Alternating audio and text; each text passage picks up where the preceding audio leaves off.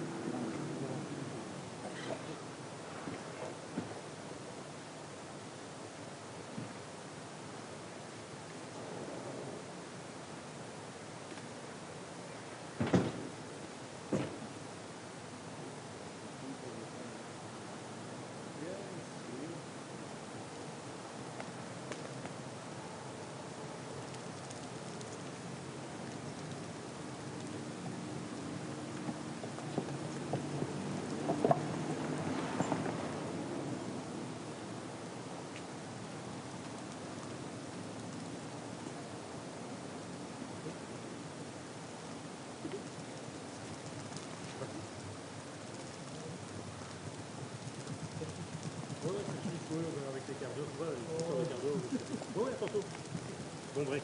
Bah, dans un quart d'heure. Ah ouais.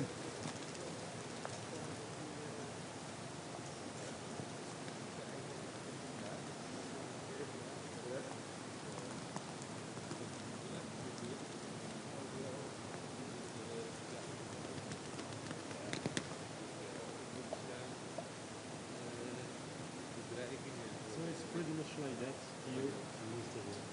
Yeah. If you're lucky, we forward Alright. as much break as we have.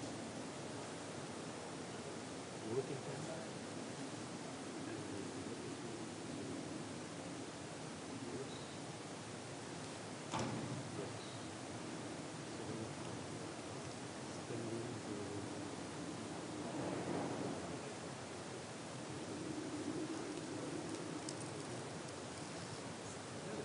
But if you are inside the same thing, you stand all day, and you don't do pretty much nothing. No? Yeah, except for maybe checking the passes and stuff like that. What? No, I've been on that Ah, DD road. yeah, it's just for the trip. You look at it. As long as you know what to do. And you continue.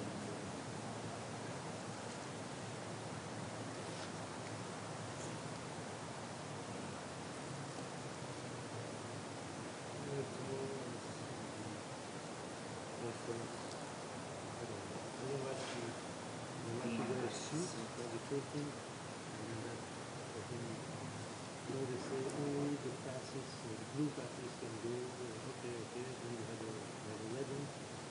Yeah, but this one can go as well, because because someone can, oh no, so this one can go this. That rules, so we don't have to.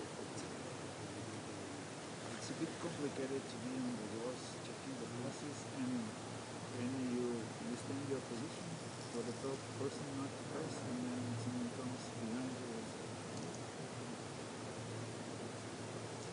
I also don't like it. Yeah. C'est le même aussi. Also, And I don't recognize. and then you have another question. Because you cannot do this. You can't do nothing. You just have to adapt. You put your feet in front of them, and sorry sir, you The cannot. best you can do is just do that. Excuse me. To block them a little bit. Just to that it causes that impact, and You show them that you're here. If you see somebody who's sure of himself, the ambassador? Yes. Looks like an ambassador. And people around him look quite sure there's no people. Right? there's a guy that's quite impressive. Rustem is quite impressive with that. He knows every possible. By the face. He knows this one is this one. This one is this one. I was here with him. He knows everything. Yeah, but Ashwat used to work for security and a lot of time at the country. Yusuf as well. Yusuf as well, if they go as well, because they need to go there to the work a lot. And so they know that.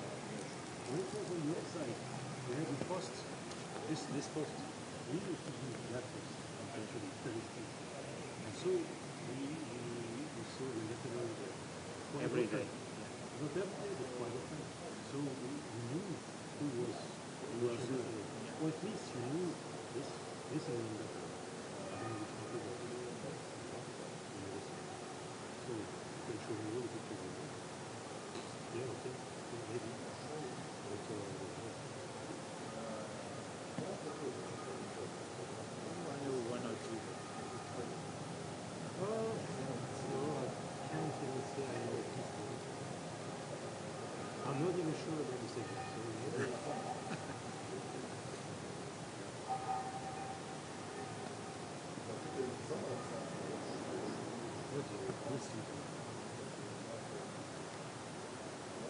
At least if it's raining, we are safe. And we should finish. But it shouldn't last.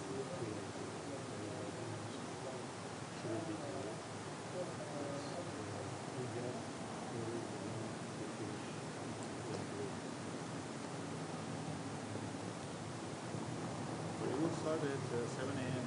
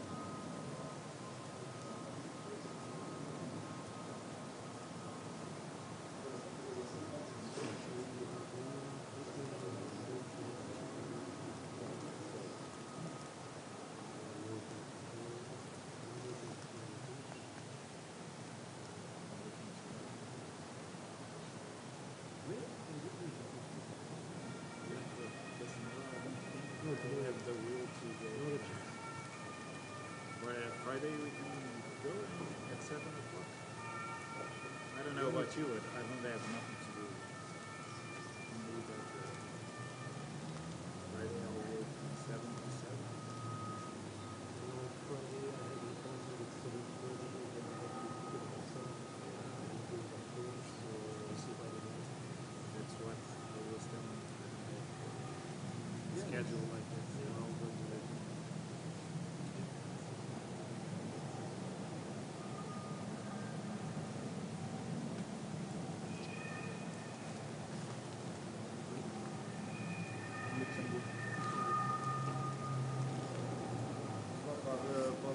Okay.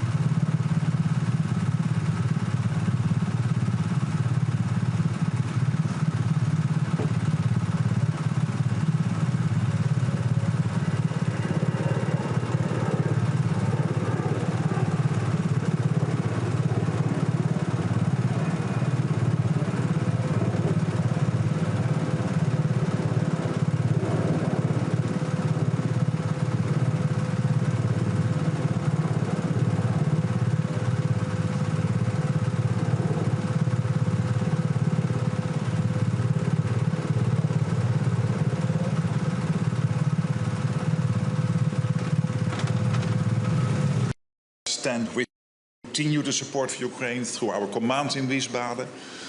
We are capturing all the lessons through our joint organization we set up in Poland. And of course, all the other initiatives ongoing. And in the meantime, of course, what we need to achieve is a durable and lasting peace. And I commend President Trump's efforts to get there. I'm so glad that you were personally and also your senior colleagues involved in bringing this conflict to a durable end. And let's pray that we will get there as soon as possible. But in the meantime, making sure that you have what you need to stay in the fight and to make sure that whenever it ends, that Putin will know that he should never, ever again try to attack Ukraine. So again, thank you so much. Thank you. For being Thank here. you, Mark. Thank you. Dear Mark, thank you very much for hosting us today, hosting our 28th UDCG. UDCG for Ukraine is an important symbol of unity, symbol of assistance, where we have not only military but economical, political, diplomatical assistance, for which we are grateful to all nations. And thank you for your leadership. Ukraine wants peace. We have supported the initiative of President Trump from February. Ukraine sends its teams all the time for the negotiations, but we see that at the moment ultimatums continue.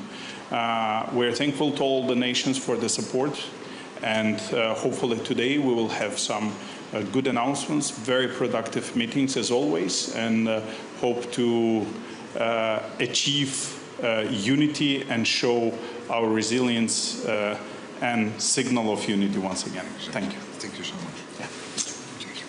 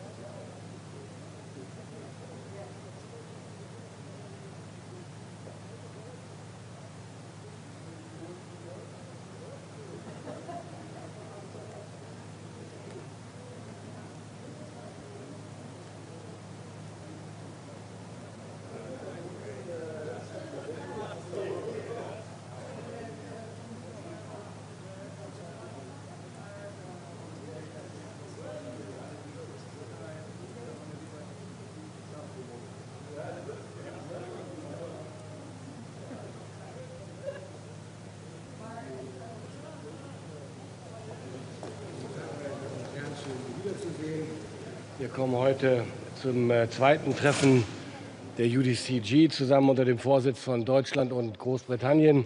Und John Healey und ich konnten bei der letzten UDCG wichtige Zusagen für die weitere militärische Unterstützung der Ukraine erreichen. Und das wollen wir heute fortsetzen, zusammen mit Rutte und Umerov. Mehr dazu dann später in der Pressekonferenz. Zur aktuellen Bedrohungslage. Es ist offensichtlich jeden Tag, Russland greift die Ukraine weiterhin massiv aus der Luft an. Die Zahl der Drohnenangriffe und der Angriffe mit Marschflugkörpern ist immens. Immer wieder, jeden Tag sterben unschuldige Ukrainerinnen und Ukrainer bei diesen Angriffen oder werden verletzt. Russland greift gezielt und mit voller Wucht zivile Infrastruktur an. Das Ziel dahinter ist klar, die Moral der ukrainischen Bevölkerung zu erschüttern und den Widerstandswillen zu brechen. Gleichzeitig gibt es massive Truppenbewegungen auf dem Boden. Russland versucht, muss man sagen, bislang mit begrenztem Erfolg, aber immerhin doch mit Erfolg, in der Region Sumy territoriale Gewinne zu erzielen. An der Stelle muss man aber sehr deutlich sagen, die Ukrainer nehmen uns immer wieder für sich ein und verdienen unsere Bewunderung für das, was sie leisten. Sie verteidigen sich sehr erfolgreich und sehr zäh, unter anderem in Pokrovsk. Seit Monaten heißt es immer wieder, es ist nur noch eine Frage der Zeit, bis Pokrovsk fällt. Es ist bis heute nicht gefallen. Die Streitkräfte der Ukraine halten den unerbittlichen Angriffen weiter stand. Jede Nacht werden Dutzende von Raketen und Hunderte von Drohnen durch die ukrainische Luftverteidigung zerstört und abgefangen, selbst dann, wenn die Zahlen dieser Marschflugkörper und Drohnen dramatisch hochgegangen sind. Am Sonntag, und das wissen Sie alle, ist zudem ein wirklich spektakulärer Schlag mit Drohnen gelungen, weit im russischen Hinterland, unter anderem gegen russische Langstreckenbomber in Sibirien. Das ist eine beachtliche Leistung, die man gar nicht hoch genug einschätzen kann. Tausende Kilometer von der ukrainischen Grenze, von der Front entfernt. Dann der Angriff auf die Brücke von Kertsch.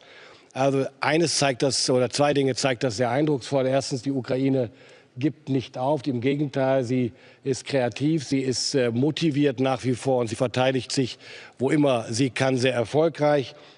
Und die zweite Botschaft ist aber auch klar.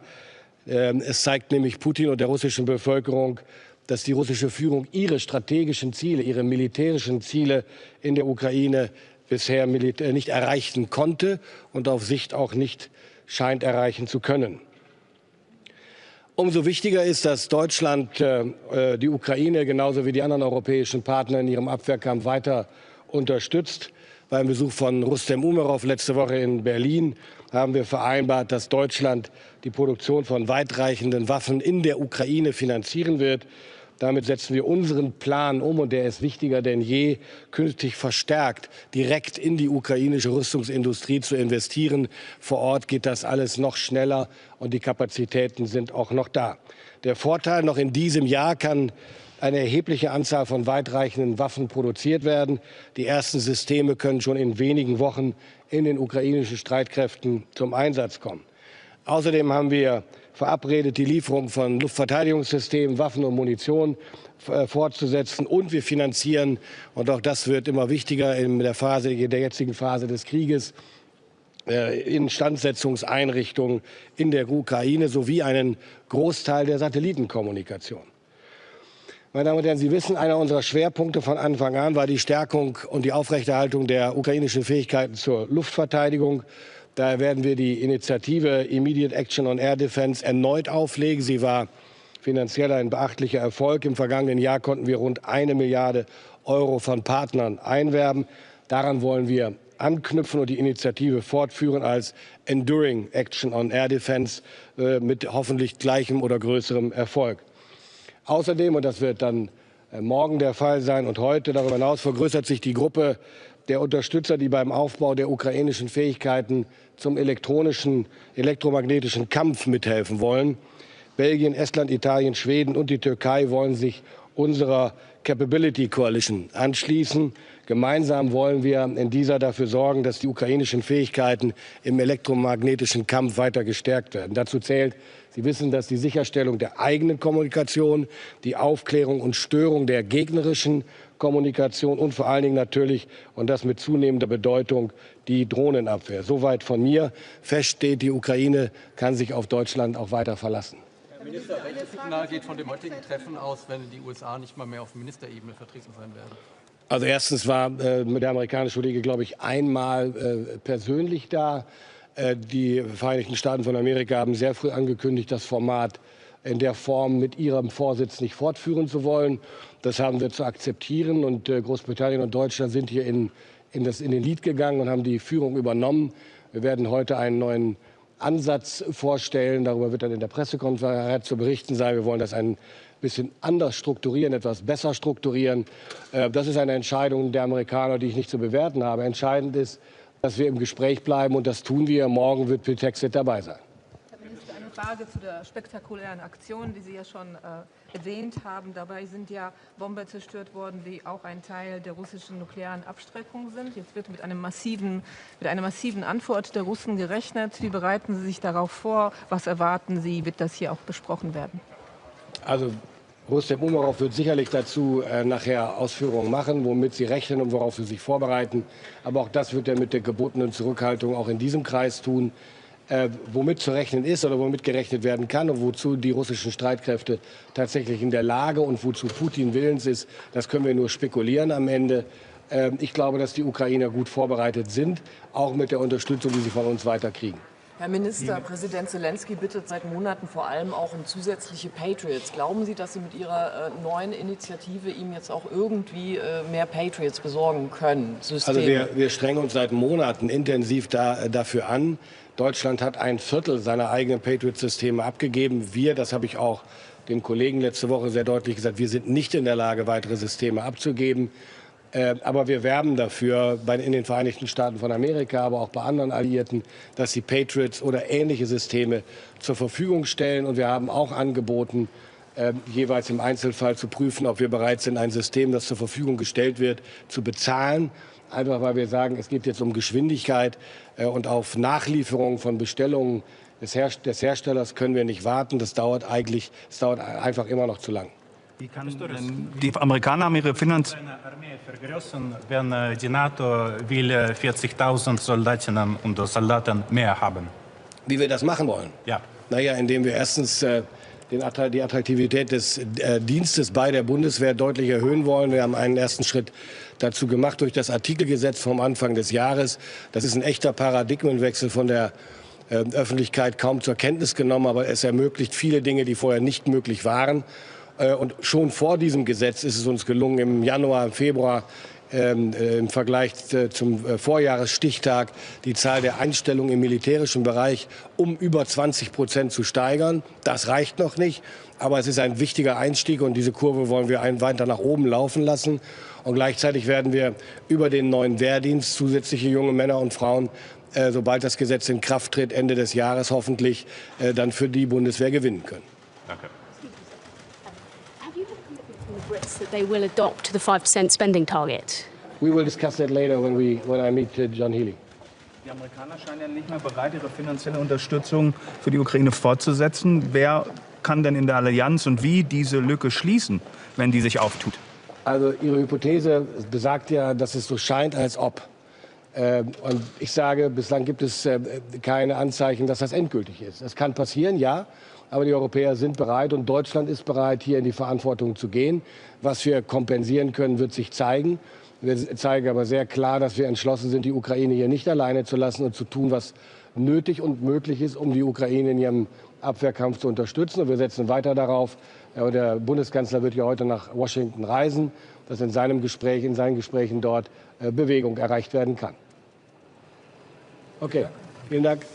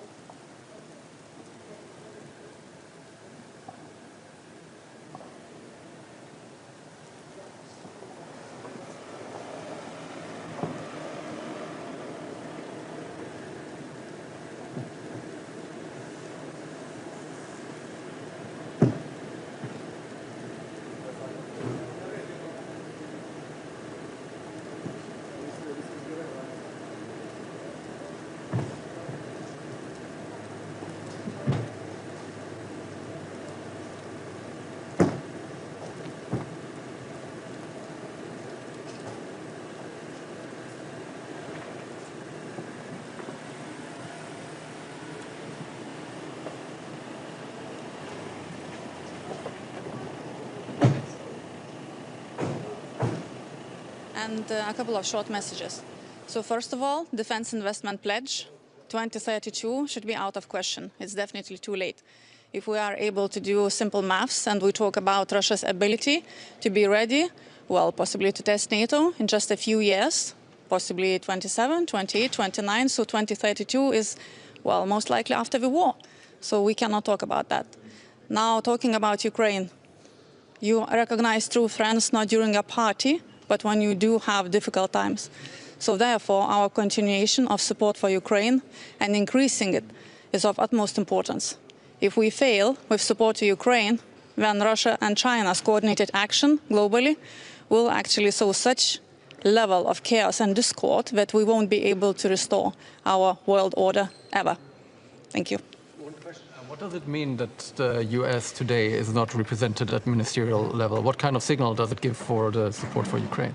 Well, in Shangri-La, I've heard from Defense Secretary Hexet that he is going to be in Europe, both here in Brussels and in Hague. So I don't know anything about that. You say 2032 is too late. Obviously, we in Lithuania have 4% for defense this year, and we are going to have about 5.5% for defense for the next 5 years since 2026, because we understand that basically Russia do not care. They are not interested in our declarations and papers. Hard military power, and that means money. How are you convincing allies that are pushing for 2032 or won't be ready to allow? Well, we will have a discussion today and tomorrow. What's your target date? Sorry? What's your target date? Well, I'd say that 2030 is the latest, but I am not happy with 2030 either. I mean, we are strongest alliance, not only militarily, but also economically. When we talk about extensions and procrastinations for states that have GDP, well, much bigger than that of Russia, then it's not serious. I mean, is it really that difficult to understand that it doesn't really matter how much you invest if it is too late? For, I don't know, a cancer patient, it's not really important if he will get treatment in 2 years or in 3 years if he's going to be dead. He has to get that treatment right now. So I think that should be clear. What was your reaction when you saw the Ukraine attack on the Russian air bases? Well, it was my birthday actually on the 1st of June, so it was a very good news. Have you had a commitment from the UK to commit to 5% defence spending? Have you had that commitment? We will have discussions, as I said, today and tomorrow. And I think that what is very important for us is to understand that NATO capability targets, they are worth nothing if they are just a piece of paper. And if also they are implemented in, 10 years, then also they are worth nothing. Okay, thank you, guys.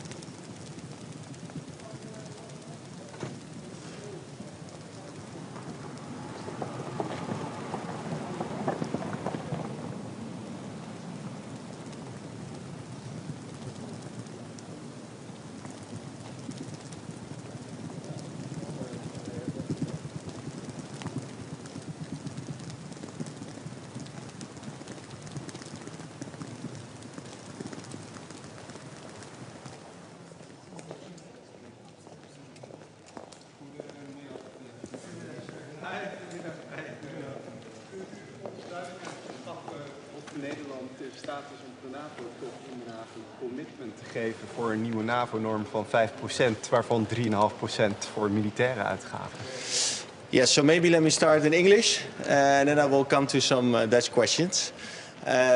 We in the Netherlands have a new political situation since yesterday, but regarding international security, regarding defense, our support to Ukraine, the position of the Dutch government will remain the same. Our efforts will remain the same. So basically we will continue business as usual, you could say, because of course the international threats are still the same.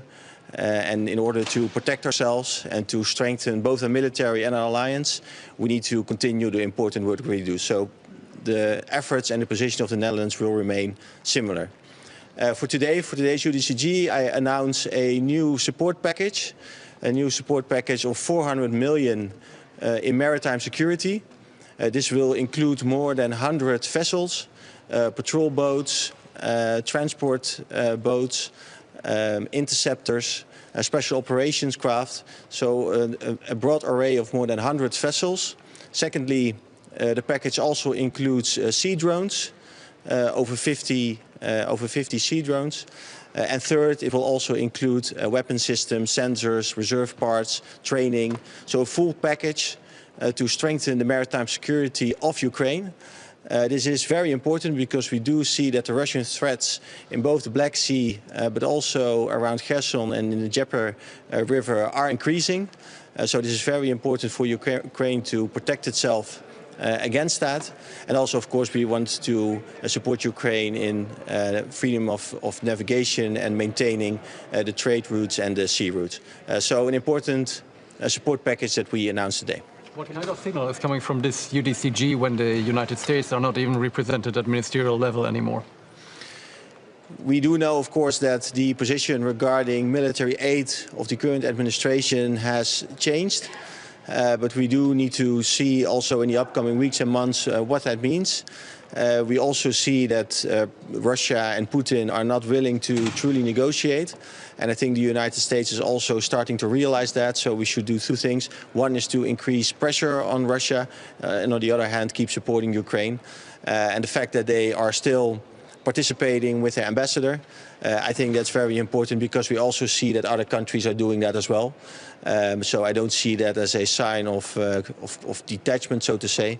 But of course we need to keep working together with the United States to maintain our support. Minister, de nieuwe NAVO-norm, kunt u ons duidelijkheid geven? Waar staat Nederland? Wij hebben steeds gezegd dat wij het van belang vinden dat er een nieuwe norm wordt afgesproken, omdat de investeringen in defensie omhoog moeten. We hebben ook gezegd dat we het van belang vinden dat 32 landen dat die op één lijn komen wat dat betreft. Dus wij zullen morgen ook dat ook als standpunt duidelijk maken als we het daar binnen de NAVO over hebben. Maar als er straks een concreet voorstel voor ligt waar van Nederland ook gevraagd wordt om daar ja of nee tegen te zeggen, dan bepalen wij het standpunt in het kabinet. En dan zullen we daar ook over communiceren. Ja, wat belangrijk natuurlijk is, vanwege de demissionaire status, is dat u daar ook voldoende steun voor krijgt om dat commitment af te geven in de Tweede Kamer. Heeft u er vertrouwen in dat er voldoende politieke steun is voor voor hogere defensieuitgaven in de komende jaren? Ik heb daar alle vertrouwen in, want in de afgelopen debatten heeft steeds een ruime meerderheid in de Kamer gezegd dat die defensieuitgaven omhoog moeten. En dat dat ook betekent dat de NAVO met 32 landen daar een nieuwe norm in moet zetten. Dus ik verwacht dat als het gaat om het zetten van die nieuwe norm, dat daar brede steun voor is. De vervolgvraag die ook na de top zal komen over hoe dat dan moet worden gefinancierd. En dat is een bredere vraag die ook meer tijd zal nemen en waar nog langer over gesproken zal worden. Maar het op zichzelf instemmen met een hogere norm, daar verwacht ik brede politieke steun voor. How will you reassure allies that your country can still host the summit successfully later this month, given the government turmoil? Yeah, so it will not have any impact on the NATO summit. In the Netherlands, we are quite used of having a caretaker government for a longer time. That's partly because we had a few elections over the last couple of years, but also because creating a new coalition always takes some time. It can be half a year or sometimes even longer. So what we saw last time as well is that the caretaker government was still as active as normally regarding many topics.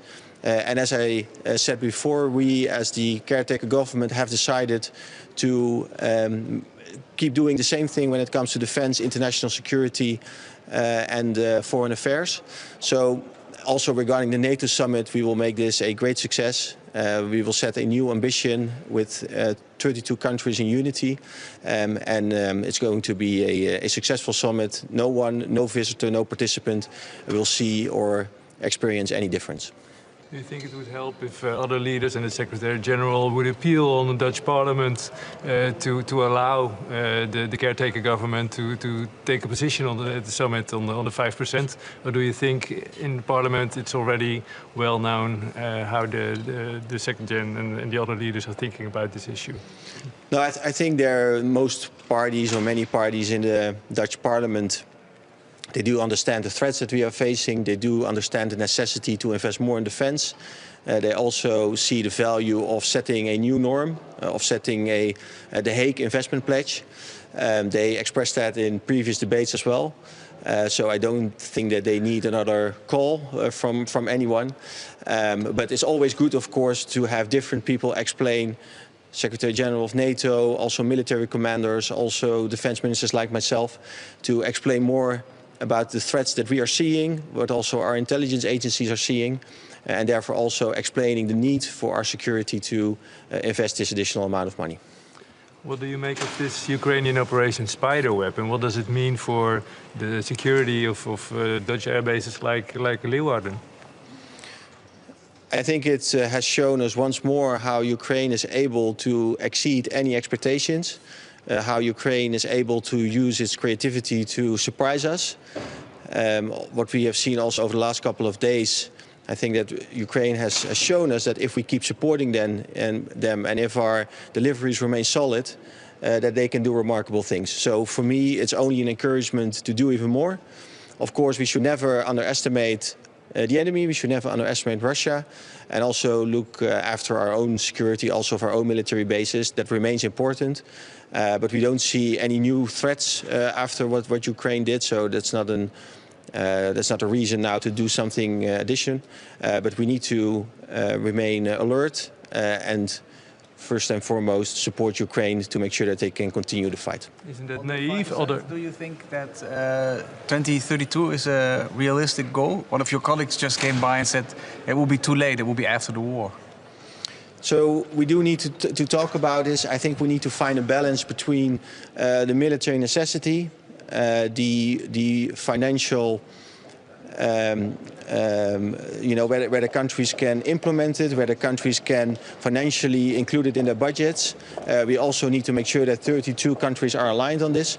So we need to find a balance with this. But given, if I look at it from a military perspective, of course there is a great urgency. So we should not set the goal too far into the future. So do you believe the 5% amount of GDP being spent on defence, which is now being demanded by the Americans, is realistic? Is that something that you could afford? So I think there are two things that we need to separate. One is to set the goal. In The Hague at the next NATO summit, I think it's important to agree on a new goal because we need to increase our defense spending. And then the question is, of course, how you're going to fund this. And that question is different for every country. We in the Netherlands, we're also going to discuss that to see how we can do it. And it's not easy because we are slightly above the 2%. So if you want to get towards 3.5% or even further, then that requires some serious measures and some serious changes in your budget. And we also in the Netherlands, we will need to take some time in order to get there.